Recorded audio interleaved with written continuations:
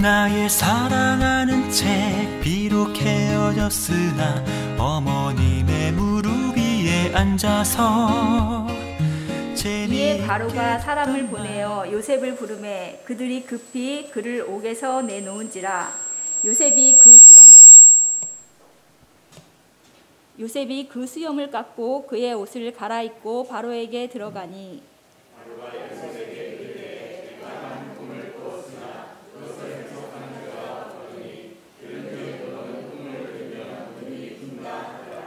요셉이 바로에게 대답하여 이르되 내가 아니라 하나님께서 바로에게 편안한 대답을 하시리이다.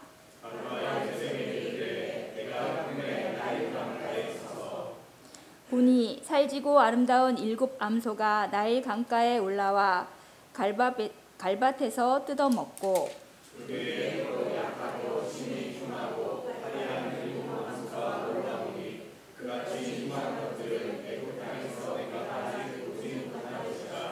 그 파리하고 흉한 소가 처음에 7 살진 소를 먹었으며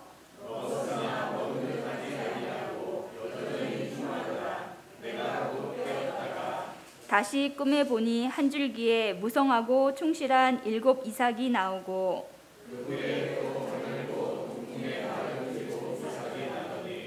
그 가는 이삭이 좋은 7 이삭을 삼키더라. 내가 그 꿈을 점술가에게 말하였으나 그것을 내게 풀이해 주는 자가 없느니라.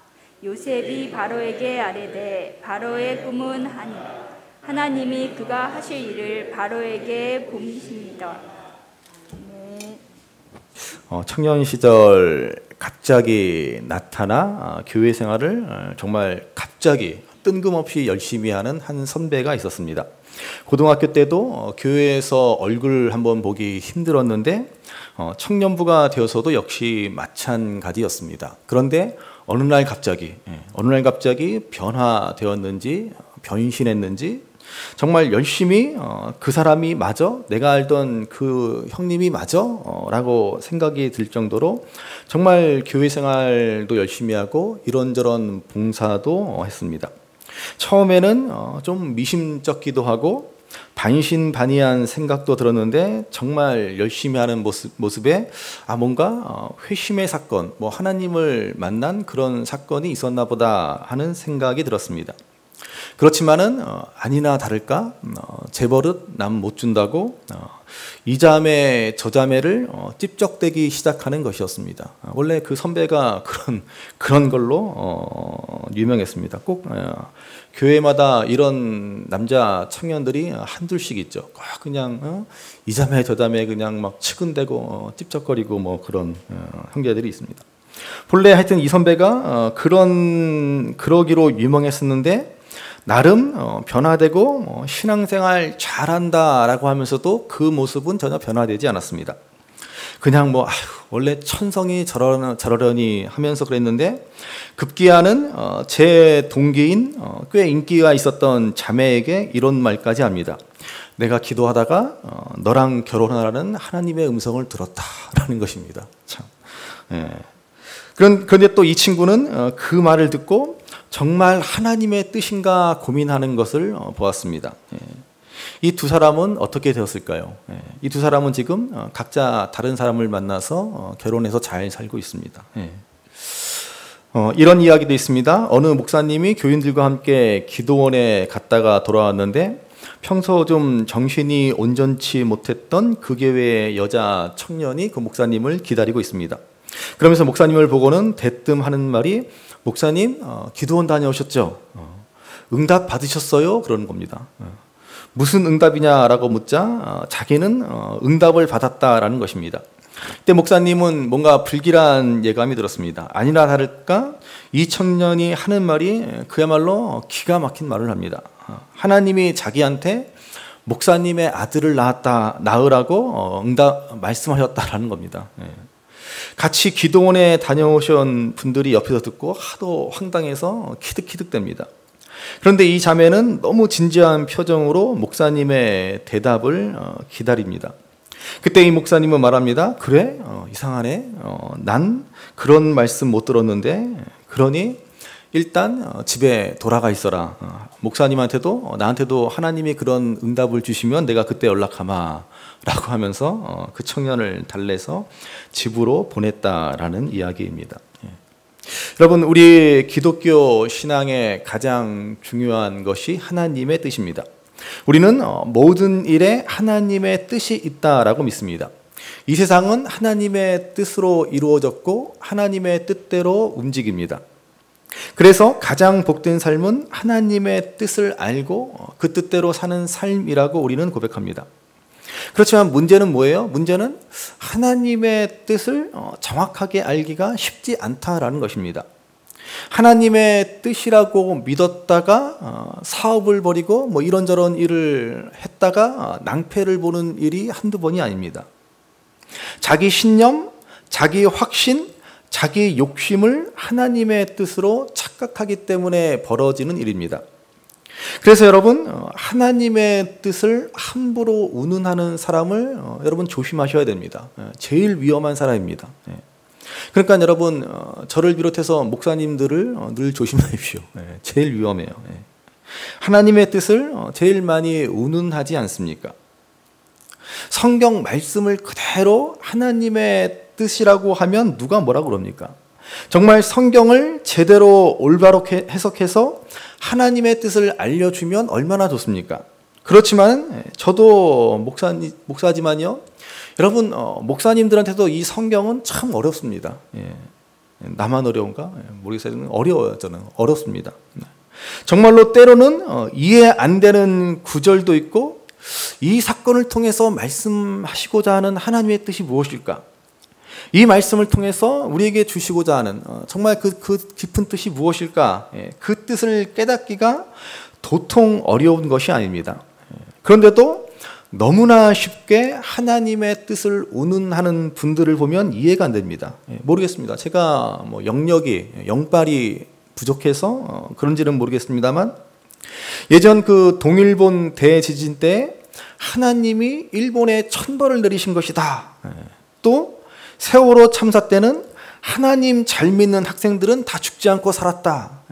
뭐 소위 우리나라를 대표한다는 대형교회 목사님들이 이런 말들을 서슴지 않고 해서 얼마나 많은 사람들로부터 지탄을 받았습니까? 함부로 이렇게 하나님 뜻을 아무렇게나 운운하는 그런 분들 때문에 얼마나 우리가 신앙생활을 잘못하고 또 교회와 우리 기독교가 어려움을 겪습니까? 여러분, 이슬람 교도들이 즐겨하는 말 중에 인샤알라라는 말이 있습니다. 인샤알라라는 그 말의 뜻은 알라의 뜻이다라고 하는 것이죠. 그 사람들은 모든 일이 그들이 믿는 신 알라의 뜻이다라고 고백합니다. 좋은 신앙의 모습 같지만은 문제는 아무 때나 인샤알라를 외친다라는 것입니다. 차를 타고 가다가 차가 고장나도 인샤알라, 사람이 병들어 죽으면 인샤알라, 큰 사고가 나도 인샤알라. 물론 맞는 말이다라고도 할 수 있습니다. 모든 일은 다 하나님의 뜻 가운데 있습니다. 그렇지만 그들은 신의 뜻이 진짜 무엇인지 진지하게 생각하고 반성하고 책임지고 바꾸고 개혁하려 하기보다는 그냥 입버릇처럼 인샤알라를 외치며 무책임하게 살아간다라는 것입니다. 여러분, 이것은 신앙이 아니라 운명론이라고 말할 수 있습니다. 우리도 모든 일에 하나님의 뜻이 있음을 고백합니다. 그렇지만은 함부로 무책임하게 하나님의 뜻을 운운해서는 안 됩니다. 진짜 깊이 고민하고 기도하고 찾고 물으면서 깊은 회개와 반성 가운데 하나님의 뜻을 찾아야 하는 것입니다. 그래서 여러분, 제가 자주 강조하는 말이지만요, 여러분, 사람은 누구나 자기가 보고 싶은 것만 보게 되어 있습니다. 다시 말하면 있는 그대의 진실, 그 사실을 정확하게 보기보다는 내가 좋은 대로, 내가 유리한 대로 보고 생각하게 되어 있다라는 말입니다. 내로남불이라는 말이 괜히 나온 말이 아닙니다. 똑같은 일이라도 내가 하면 로맨스고 남이 하면 불륜이다, 뭐 그러는 거죠. 우리는 늘 이렇게 나 중심적으로 나 좋은 대로 내가 보고 듣고 싶은 대로만 생각하기 마련입니다. 그래서 하나님의 뜻이라고 말하지만 대부분 하나님의 뜻을 가장한 내 뜻일 가능성이 큽니다. 그러니까 여러분, 주위에서 누가 하나님의 뜻을 운운하면 몇 번씩 다시 한번 곱씹어보고 생각해 보셔야 합니다. 내가 하나님의 뜻이다 라는 확신을 갖게 되면 더 열심히 기도하시고 말씀 보시면서 정말로 하나님 뜻이 진짜 맞는지 깊이 생각해 보셔야 합니다. 저도 설교 준비하고 말씀을 전할 때 정말 이게 하나님 뜻이 맞는지, 정말 이게 이 성경이 말씀하시고자 하는 하나님의 뜻인지 두렵고 떨리는 마음으로 선포해야 할 것입니다. 혹시 여러분 설교 말씀을 듣고 하나님의 뜻이 아닌 것 같다라는 생각이 드시면 언제든지 저한테 말씀해 주시면 감사하겠습니다. 제가 귀담아 잘 들었다가 잘못되었으면 사과하고 정정하도록 하겠습니다. 제가 이렇게 겸손한 사람입니다. 계속해서 우리가 이렇게 요셉의 이야기를 살펴보고 있는데요. 이제 오늘 본문은 요셉의 일생에서 또 하나의 중요한 분기점, 정말 중요한 터닝 포인트가 되는 사건입니다. 지금까지 요셉의 삶은 그야말로 우여와 곡절이 많았습니다. 그 중에서 가장 큰 전환점은 형들에 의해 애굽의 노예로 팔려간 사건이라 할 수 있습니다. 그리고 오늘 본문은 또 하나의 중요한 전환점이 되는 사건입니다. 우리는 이 이야기를 너무 잘 알고 있습니다. 꿈의 사람 요셉은 이제 바로왕, 애굽왕 바로의 꿈을 해석하여 마침내 애굽의 총리 대신이 되는 너무나 신나는 이야기입니다. 우리도 다 이런 걸 바라죠. 우리도 어려움이 있고 고난이 있고 했지만은 하나님의 뜻대로 마침내 이런 복을 누리고 이렇게 높아지는 것을 우리가 바라지 않습니까? 아무튼 어려서 요셉은 형들과 부모가 자신에게 전하는 꿈, 그리고 지난 시간에 본 것처럼 떡 굽는 관원장과 술 맡은 관원장의 꿈을 해석해주고, 그리고 오늘 본문에 바로의 꿈을 해석해주고 있습니다. 여러분, 요셉의 삶은 이처럼 꿈으로 계속되어 연결되어집니다. 이 꿈들이 다 무엇입니까? 바로 하나님이 주신 꿈들이죠. 그렇다고 여러분, 모든 꿈이 다 하나님이 주신 꿈은 아닙니다. 대부분의 우리가 꾸는 꿈은 뭐예요? 다 개꿈입니다. 옆에 분들 건면하실까요? 꿈 깨십시오. 꿈 깨십시오. 꿈 깨셔야 됩니다. 괜히 헛된 꿈을 가지고 하나님 주신 꿈이라고 생각하면은 큰 오산입니다. 제 경험상으로 생각해 볼 때요. 그리고 요셉의 이야기를 가만히 보면 같은 꿈을 2번 이상 반복해서 꾸면 그건 분명 뭔가 있는 꿈인 것 같습니다. 저도 그런 꿈을 꾼 적이 있다라고 말씀드렸죠. 제가 하늘나라에서 예수님과 단둘이 있는 꿈. 지금도 너무 생생한데 그런 꿈들은 정말 우리가 한번 깊이 생각해 볼 필요가 있을 것 같습니다. 아무튼 요셉의 이야기에 나오는 꿈들은 무엇을 의미합니까? 이는 하나님이 주신 꿈이고 하나님의 뜻과 계획이 있음을 말해주는 것입니다. 더욱 중요한 것은 하나님은 이 꿈을 성취하신다라는 것입니다. 예전 2002년 월드컵 때 꿈은 이루어진다라고 하지 않았습니까? 하나님이 주신 꿈, 하나님이 주신 뜻은 반드시 이루어진다라고 하는 것입니다. 요셉의 생애, 그리고 나아가 창세기의 핵심 메시지가 바로 이것입니다. 하나님은 죄악된 인류 가운데 아브라함을 선택하셨습니다. 왜 아브라함 한 사람을 선택하십니까? 우리 인류를 구원하기 위해서입니다. 그 하나님의 뜻을 지금 아브라함, 이삭, 야곱, 그리고 요셉을 통해서 성취해 가고 계신 것입니다. 그리고 그 과정에서 이스라엘을 향한 하나님의 뜻, 구원의 언약을 이루신다라는 사실을 보여주고 있습니다. 여러분, 이 처음 창세기의 말씀이 선포된 대상이 누구겠습니까?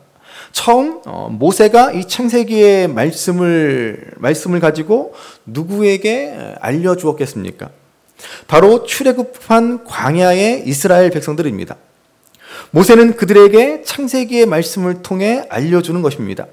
하나님은 어떤 분이시고 우리 조상의 뿌리는 어떻게 되고 우리가 왜 애굽에서 노예 생활을 해야만 했고 지금 우리가 왜 애굽을 나와서 가나안 땅으로 가야 하는지를 설명해 주는 것입니다. 그리고 이 모든 것을 통해서 이스라엘을 향한 하나님의 뜻은 반드시 성취된다라는 사실을 알려주고 있는 것입니다. 오늘 본문 요셉의 사건은 바로 이 사실을 극적으로 보여주는 사건이라고 말할 수 있습니다. 제가 그래서 요즘 기도하고 고민하는 가운데 좀 성경 공부를 좀 제대로 좀 해야겠다. 정말 성경이 말하는 것을 우리가 좀 제대로 알아야 되겠다라는 고민을 많이 하고 있습니다. 그래서 우리 교회에서는 앞으로 4차원 성경 공부를 해야겠다라고 생각했습니다. 4차원 성경 공부란 뭐냐면요, 아주 새롭고 획기적이고 혁신적인 놀라운 성경 공부 방법인데, 그 유명한 장성익 목사가 개발한 성경 공부 방법입니다. 성경을 좀 다각도로, 우리가 생각하는 뭐 이상한 4차원 그런 게 아니라 성경을 좀 여러 차원으로 다각도로 보자는 것입니다. 그래야 우리가 좀 하나님의 뜻을 올바로 이해하지 않습니까?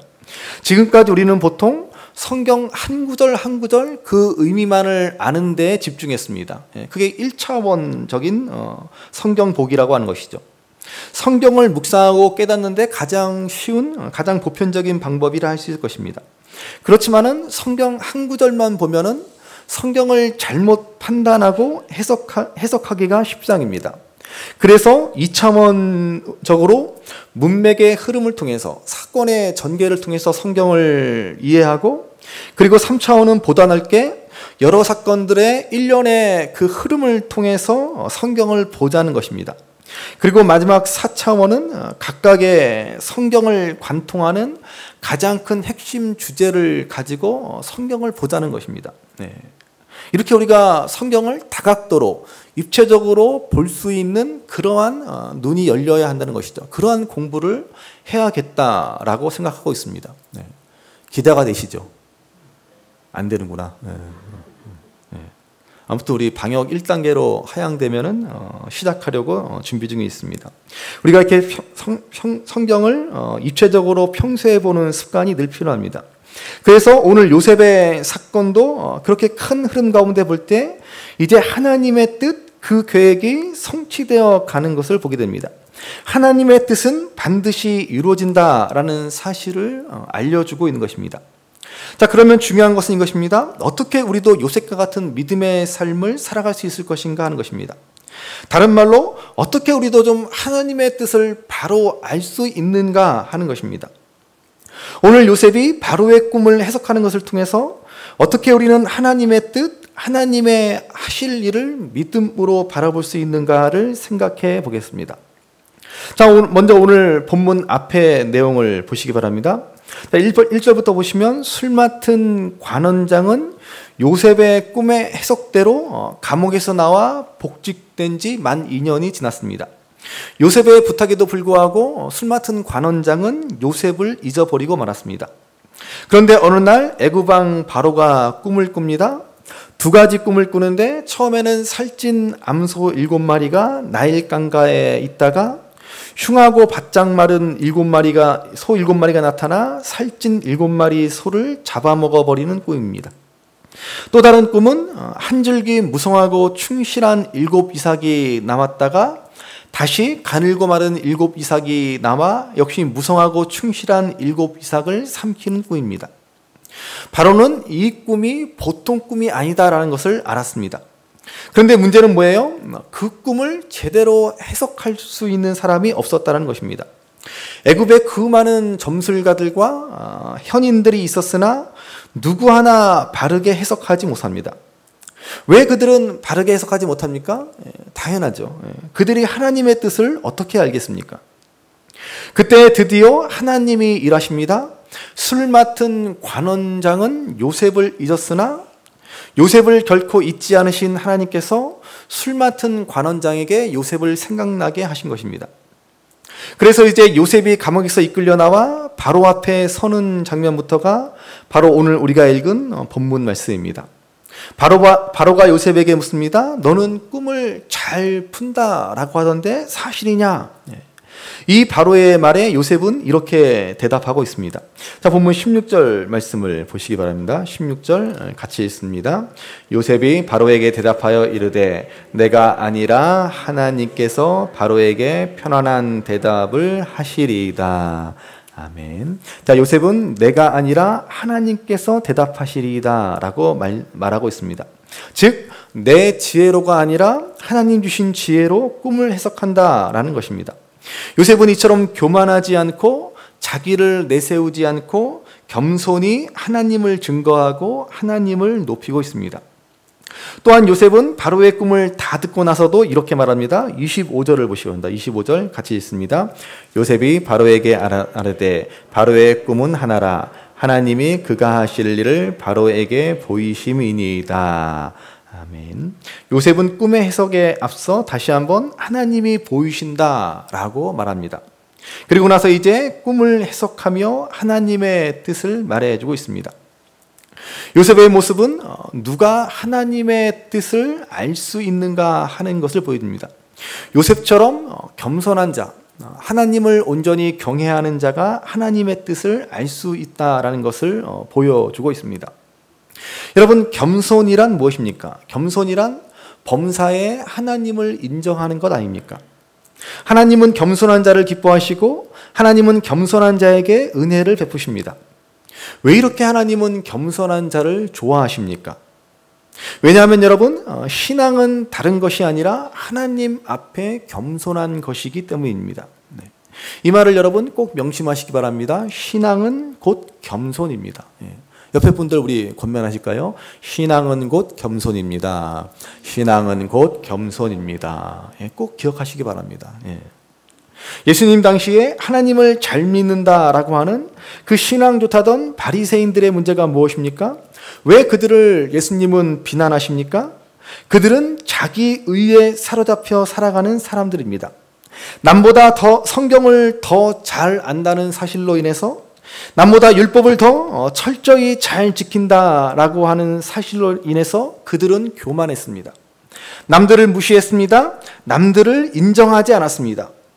여러분, 이러한 경건은 헛된 경건이라는 사실을 잊지 마시기 바랍니다.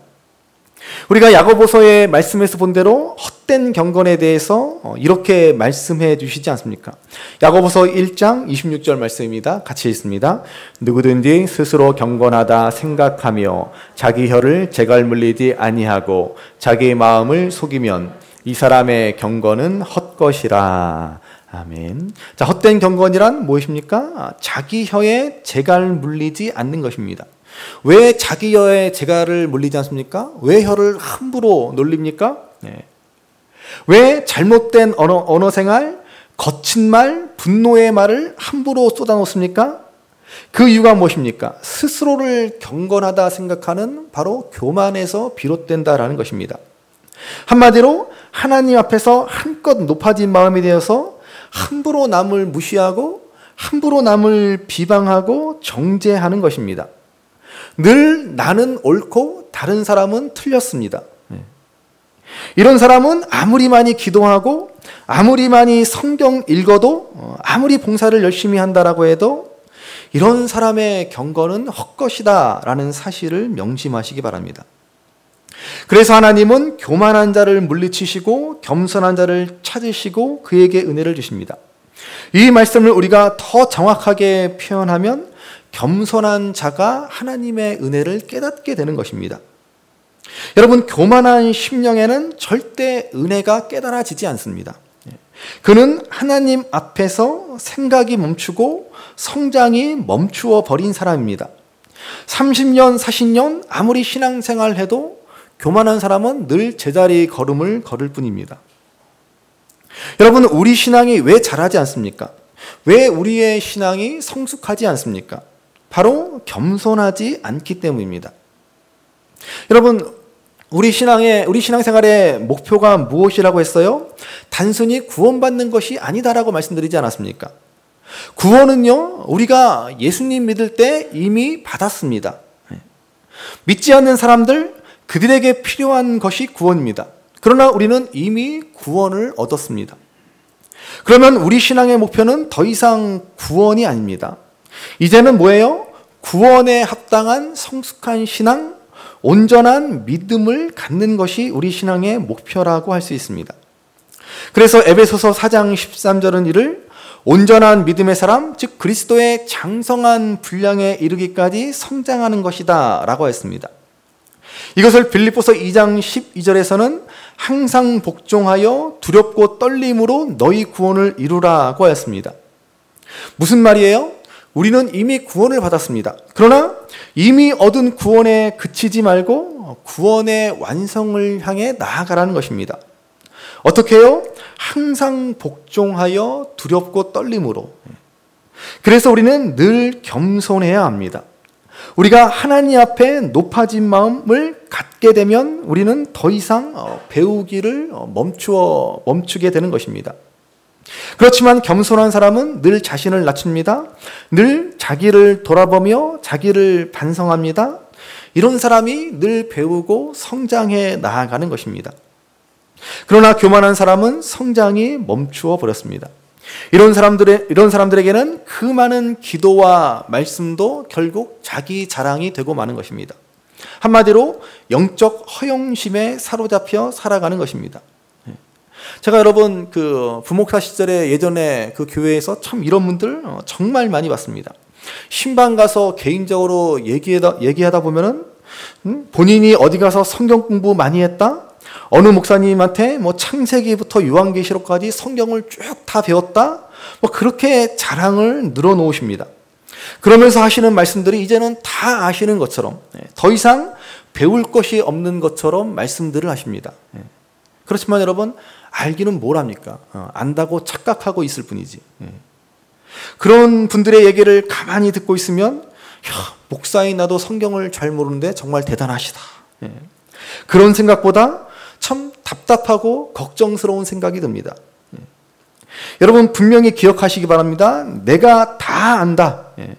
나는 다 옳다라고 생각하는 순간 나는 정체되고 오히려 퇴보하고 마는 것입니다. 지식적으로 조금 더 알고 배웠을지 몰라도 신앙은 거꾸로 퇴보하고 마는 것입니다. 그래서 예수님은 바리새인들에게 분명하게 이렇게 말씀하시지 않습니까? 요한복음 9장 41절 말씀을 보시죠. 요한복음 9장 41절 같이 읽습니다. 예수께서 이르시되 너희가 맹인이 되었더라면 죄가 없으려니와 본다고 하니 너희 죄가 그대로 있느니라. 아멘. 자신들이 다 알고 자신들이 다 본다. 자신들은 다 옳다라고 생각하는 바리새인들을 향해서 예수님은 뭐라 그러세요? 너희가 맹인 되었더라면, 너희가 모른다라고 생각하면, 다시 말해서 너희가 겸손하다면 죄가 없지만 참된 경건의 삶을 살아갈 수 있겠지만 너희가 그렇게 안다고 교만에 사로잡혀 있으니 너희의 경건은 헛것이다. 바로 이런 말씀이지 않습니까? 여러분 그 1만 시간의 법칙이라는 말을 들어보셨을 것입니다. 한 분야에서 최고의 경지에 이르는 그러한 특별한 존재, 그 분야의 대가가 되려면 적어도 1만 시간의 연습이 필요하다는 것 아닙니까? 이것을 1만 시간의 법칙이라고 하죠. 1만 시간이라면 하루에 3시간씩, 일주일에 20시간씩 총 10년을 열심히 훈련해야 합니다. 하루에 6시간을 투자한다면 5년으로 단축될 것입니다. 그런데 정말 1만 시간을 투자하기만 하면 그 분야의 최고 전문가가 될 수 있겠습니까? 결코 그렇지 않습니다. 1만 시간의 법칙을 가장 먼저 주창한 에릭슨 박사는 이렇게 말합니다. 많은 사람들이 1만 시간의 법칙을 오해하고 있다라며 단순히 1만이라는 숫자에만 너무 집착한다라는 것입니다. 즉 1만 시간만 무조건 채우면 된다. 그러면 나는 그 분야의 대가가 될 수 있을 것이다 라고 착각한다라고 하는 것이죠. 그렇지만은 1만 시간의 법칙은 얼마나 올바른 방법으로 실행했는지가 중요하다라고 했습니다. 그래서 에릭슨 박사는 1만 시간을 연습하면서 3가지를 명심해야 한다라고 말합니다. 첫째는 집중해야 한다는 겁니다. 그냥 대충 시간만 떼어서는 안 되고 집중해서 그 시간에 연습해야 한다는, 매진해야 한다는 것이죠. 둘째, 피드백이 반드시 필요하다는 것입니다. 다른 사람들의 의견, 다른 사람들의 반응, 그들의 의견을 잘 청취하고 묻고 들어야 한다는 것입니다. 그리고 세 번째는 반드시 수정하기가 필요하다는 것이죠. 그러니까 여러분, 단순히 열심히 시간만 채운다고 되는 것이 아닙니다. 꾸준히 피드백을 받아서 다른 이들의 의견을 묻고 들어서 자꾸 고쳐 나가야 한다는 말입니다. 그런 사람이 비로소 한 분야의 최고 전문가가 될 수 있는 것입니다. 우리 신앙생활도 마찬가지입니다. 우리는 겸손함으로 날마다 배우고 고치고 회개해야 하는 것입니다. 예수님의 가르침과 같이 어린 아이에게도 배울 수 있는 자세가 되어야 합니다. 그리고 내 잘못을 돌아보고 수정해 나아가야 하는 것입니다. 그래야만 우리는 비로소 온전한 믿음의 사람, 성숙한 신앙인의 길을 걸어갈 수 있습니다. 그러므로 여러분 꼭 기억하시기 바랍니다. 우리가 왜 겸손을 잃어버리지 말아야 합니까? 왜 하나님은 겸손한 자를 기뻐하시고 은혜를 주십니까? 겸손한 자는 계속해서 배우고 잘하고 성장해 나가기 때문입니다. 반면 겸손하지 못하고 교만한 사람은 배우지 않습니다. 성장이 멈추어 버립니다. 결국 하나님의 뜻이 아닌 내 뜻대로 행하고 맙니다. 오늘 요셉이 바로의 꿈을 해석하고 하나님의 뜻과 계획을 알 수 있었던 이유는 그는 범사의 하나님을 인정하는 참 겸손의 사람이었기 때문인 것입니다. 이제 바로의 꿈을 해석한 요셉은 나아가 어떻게 할지에 관한 방안까지, 그 대책까지 말해줍니다. 요셉은 바로에게 명철하고 지혜 있는 사람을 택하여 풍년의 곡식을 잘 저장했다가 흉년 때를 대비하라고 지혜를 일러줍니다. 이에 바로는 요셉에게 이렇게 말합니다. 본문 뒤에 39절 말씀을 보시겠습니다. 39절 같이 읽습니다. 요셉에게 이르되 하나님이 이 모든 것을 내게 보이셨으니 너와 같이 명철하고 지혜 있는 자가 없도다. 아멘. 자, 바로는 요셉의 명철과 지혜 있음을 보고 그를 애굽의 총리 대신으로 삼아 애굽의 모든 일을 관장하게 합니다. 이 말씀처럼 하나님이 하실 일을 보는 사람, 즉 하나님의 뜻을 아는 지혜로운 사람이었다라는 것입니다. 세상에서 지혜로운 사람은 여러분 어떤 사람입니까? 자신의 이익을 잘 챙기고 부와 재물을 잘 쌓는 사람이라고 말합니다. 그러나 성경이 말하는 지혜로운 사람은 오직 여호와 하나님을 경외하는 사람이라고 말하지 않습니까? 왜냐하면 하나님을 경외하는 사람은 인생의 참된 의미에 대해 알기 때문에 그렇습니다. 우리 인생이 어디로부터 와서 어디로 가는 것인지, 우리 인생의 참된 가치와 목적이 어디에 있는지를 알기 때문입니다. 그래서 우리가 어제 본 그 매일 성경 시편 49편의 말씀처럼 우리는 세상에서 부유하고 세상에서 재물을 자랑하는 자들을 결코 두려워하거나 부러워하지 않습니다. 왜냐하면 우리는 인생의 결국을 알기 때문에 그렇습니다. 하나님을 경외하는 자는 결국 영원한 나라에서 하나님의 영접을 받게 됩니다. 우리는 이 사실을 잘 알고 있습니다. 그렇기 때문에 하나님을 경외하는 자들이야말로 진정 지혜자입니다. 하나님은 하나님이 행하실 일, 하나님의 뜻을 이렇게 자기를 경외하는 자들에게 나타내십니다. 여러분, 이것이야말로 요셉이 어떠한 상황에서도 흔들리지 않고 묵묵하게 성실히 자신의 일을 잘 감당해 나갈 수 있었던 비결이 아닙니까? 요셉은 어떠한 상황에서도 하나님의 뜻이 있음을 알고 믿었습니다. 그 뜻을 온전히 바라보았습니다. 그래서 그 모든 고난을 넉넉히 이겨낼 수 있었던 것입니다. 마침 우리가 사순절을 지내는 가운데 있는데 여러분, 십자가를 지신 예수님께서 그 십자가의 고난을 기꺼이 감당할 수 있었던 비결이 무엇입니까? 바로 하나님의 뜻을 알고 하나님의 뜻을 붙잡았기 때문입니다. 예수님은 겟세마네 동산에서 기도하시기를 아버지여 이 잔을 내게서 옮기시옵소서, 그러나 내 뜻대로 마옵시고 하나님의 뜻대로 하옵소서라고 기도하시지 않았습니까? 주님은 다가올 십자가의 고통도 하셨고 그 속에 담긴 하나님의 뜻도 하셨습니다. 그래서 그 십자가의 고통을 감당하셨고 마침내 승리하실 수 있었던 것입니다. 여러분, 오늘 우리도 마찬가지입니다. 우리가 하나님의 뜻을 온전히 다 이해하고 깨달을 수는 없겠지만 우리 인생을 향한 하나님의 뜻이 있다라는 사실을 우리가 기억한다면 어떠한 고통과 고난도 어려움도 넉넉히 이겨나가게 될 줄로 믿습니다.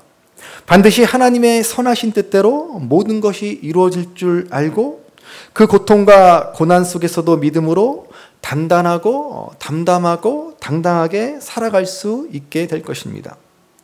그러므로 오늘 하나님의 뜻이 요셉을 통해 이루어지는 것을 보면서 오늘 우리도 하나님의 뜻을 온전히 바라볼 수 있어야 할 것입니다. 더욱 겸손히 하나님과 동행하며 하나님을 온전히 경외하는 참 지혜자가 되어서 하나님이 이루실 일, 하나님의 선하신 뜻을 날마다 바라보시기를 바랍니다. 그래서 아무것도 두려워하지 말고 인생의 모든 어려움들, 그 고통과 고난도 넉넉히 이기시며 하나님의 뜻을 이루어 가시는 참 복된 삶을 살아가시는 저와 여러분들이 되시기를 주님의 이름으로 간절히 바랍니다. 우리 어머님이 들려주시던 재미있게 듣던 말이 책 중에 있으니 이 성경심이 사랑합니다. 나의 사랑하는 책 비록 헤어졌으나